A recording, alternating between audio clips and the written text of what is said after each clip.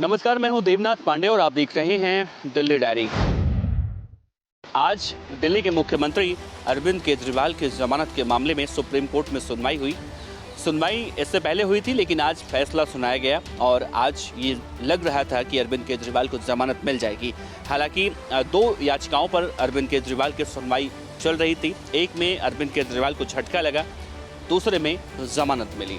जिसमें झटका लगा है उसमें अरविंद केजरीवाल ने अपने वकील के जरिए एक याचिका लगाई थी और अपनी गिरफ्तारी का विरोध किया। दूसरे मामले में यानी सीबीआई की गिरफ्तारी के मामले में उन्हें जमानत जरूर मिल गई, जिसके बाद अरविंद केजरीवाल आज शाम तक जेल से बाहर आ गए।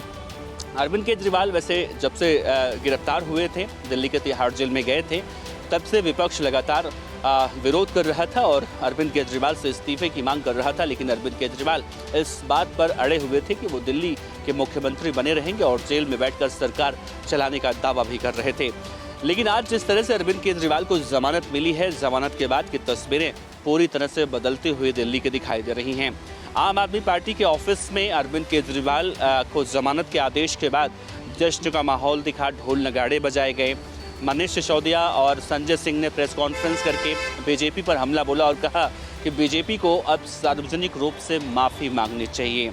यानी कि जिस तरह से अरविंद केजरीवाल की गिरफ्तारी हुई थी, आम आदमी पार्टी के नेता उसे किसी तरह से सही नहीं ठहरा रहे थे। सत्य की जीत हुई और अरविंद केजरीवाल के ऊपर हनुमान जी का आशीर्वाद प्राप्त है और आज इस बात की सच्चाई और निकलकर सामने आई कि अरविंद केजरीवाल ईमानदार नहीं बल्कि एक कट्टर ईमानदार नेता हैं, तभी तो उन्हें इस तरह से जमानत मिली है। लेकिन सबसे बड़ा सवाल ये उठता है कि अरविंद केजरीवाल की जमानत के बाद अब फायदा किसको होने वाला है। तो देखिए, मौजूदा वक्त में हरियाणा विधानसभा चुनाव है और हरियाणा में सभी 90 की 90 विधानसभा सीटों पे आम आदमी पार्टी ने अपने उम्मीदवार उतारने की बात कही है और उतार भी चुके हैं। लेकिन अगर कांग्रेस पार्टी और आम आदमी पार्टी दोनों के बीच में गठबंधन हो गया होता तो शायद अरविंद केजरीवाल के जमानत के बाद बीजेपी को नुकसान होता दिखाई देता।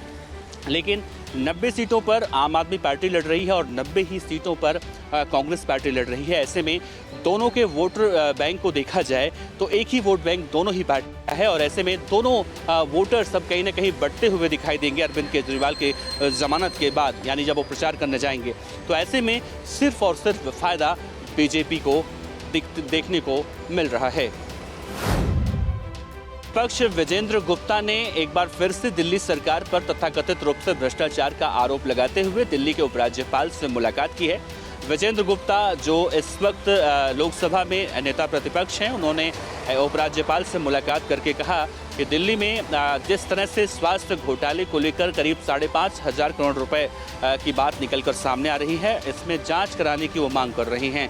हालांकि इससे पहले भी दिल्ली सरकार की तरफ से लगातार इस तरह के आरोपों को खारिज किया गया है, सफाई दी गई है। लेकिन अब कई और अलग अलग मामले विजेंद्र गुप्ता गिनवा रहे हैं और ये कह रहे हैं कि एक तरफ आम आदमी पार्टी के नेता और दिल्ली के मुख्यमंत्री अरविंद केजरीवाल अपने आप को कट्टर से कट्टर ईमानदार बताते हैं और दूसरी तरफ कई ऐसी परियोजनाएं हैं जिनमें साफ तौर से धांधली भी दिखाई दे रही है, यानी कि वित्तीय अनियमितताएं उसमें देखने को मिल रही हैं। इस पूरे केस में एक तरफ अरविंद केजरीवाल को और आम आदमी पार्टी की सरकार को कट्टर से कट्टर ईमानदार बताया जा रहा है और दूसरी तरफ बीजेपी के विधायक लगातार इस तरह से खुलासे कर रहे हैं। हालांकि अरविंद केजरीवाल तिहाड़ जेल से बाहर तो आ चुके हैं, लेकिन अभी भी उनके दिल्ली सरकार गिराने की बातें अभी भी की जा रही हैं और कहा जा रहा है कि अरविंद केजरीवाल बेशक तिहाड़ जेल से बाहर आ गए हों, लेकिन अरविंद केजरीवाल को हटाकर दिल्ली में राष्ट्रपति शासन लगाना चाहिए।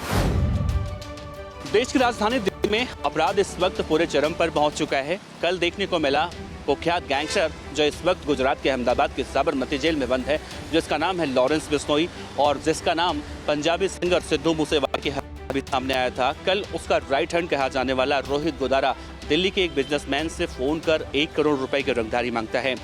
इस घटना के कुछ ही देर बाद एक और खबर निकलकर सामने आई। लॉरेंस बिश्नोई गैंग के बदमाशों ने दिल्ली के ग्रेटर कैलाश इलाके में एक जिम मालिक को गोली मारकर उसकी हत्या कर दी। हालांकि ये भी दावे किए जा रहे हैं कि जो हमलावर आए थे वो लॉरेंस बिश्नोई गैंग के थे और 2 की संख्या में थे और इसे आपसी रंजिश बताया जा रहा है। जिस तरह से इस केस में लॉरेंस बिश्नोई का नाम निकलकर सामने आ रहा है, उसे ये कहीं से नहीं इस बात से इनकार किया जा सकता कि दिल्ली में कानून व्यवस्था पूरी तरह से मौजूदा दौर में चरमराई हुई दिखाई दे रही है, क्योंकि 15 अगस्त के बाद से लगातार देखने को मिल रहा है दिल्ली में अलग अलग गैंग्स, चाहे हम नीरज पवाना की बात करें, लॉरेंस बिश्नोई की बात करें, हिमांशु भाऊ की बात करें, ये सारे वो गैंगस्टर हैं जो इस वक्त लगातार फ़ोन करके एक्सटॉर्शन मनी की डिमांड करते हैं और नहीं देने पर जान से मारने की धमकी देते हैं। और कल की घटना में जो रात 10:45 के आसपास की बताई जा रही है, उसमें तो एक जिम संचालक की मौत हो गई। ऐसे में कहीं ना कहीं दिल्ली पुलिस पर भी कई बड़े सवाल खड़े होते हैं कि आखिर दिल्ली में गैंगस्टरों का अंत, गैंगस्टरों का सफाया कैसे होगा और कब तक होगा, क्योंकि गैंगस्टर अगर गिरफ्तार होने के बाद जेल में भी होते हैं तो जेल में बैठकर भी वो इस तरह के अपराधों को लगातार अंजाम देते हैं। चाहे हम बड़े से बड़े कांडों की बात कर लें, सिद्धू मूसेवाला की हत्या भी लॉरेंस बिश्नोई ने उस वक्त करवाई थी जब वो दिल्ली के तिहाड़ जेल में बंद था। ऐसे में इन गैंगस्टरों पर नकेल कसने के लिए भी हाल ही में दिल्ली पुलिस मुख्यालय में एक बड़ी बैठक बुलाई गई थी, लेकिन इस बैठक का नतीजा क्या निकला नहीं पता, क्योंकि दिल्ली में अपराध कम नहीं हो रहा है। तो दिल्ली डायरी में इतना ही। देश और दुनिया की और खबरों के लिए आप देखते रहें हिंद फर्स्ट। कैमरामैन गौरव सक्सेना के साथ देवनाथ पांडे, हिंद फर्स्ट, दिल्ली। इस तरह की और वीडियो देखने के लिए हमारे YouTube चैनल को सब्सक्राइब करें और बेल आइकन को दबाना ना भूलें